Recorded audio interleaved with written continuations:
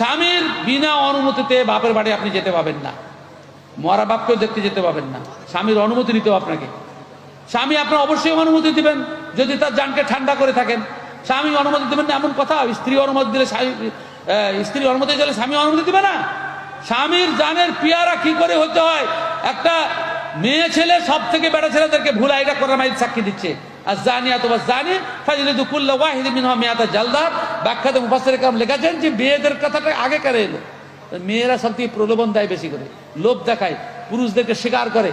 আল্লাহ তাআলা ওদের মধ্যে এই হুনার, এই শিল্প দিয়েছে যে মিষ্টি কথা বলে বিভিন্ন রকম কৌশল করে, ওই যে কি আছে, কি যে কাটা কথা বলে হাজার কল্লা না কি বলা, 36 কল্লা আনা, এখনো আরো অনেক বেশি হয়ে গেছে।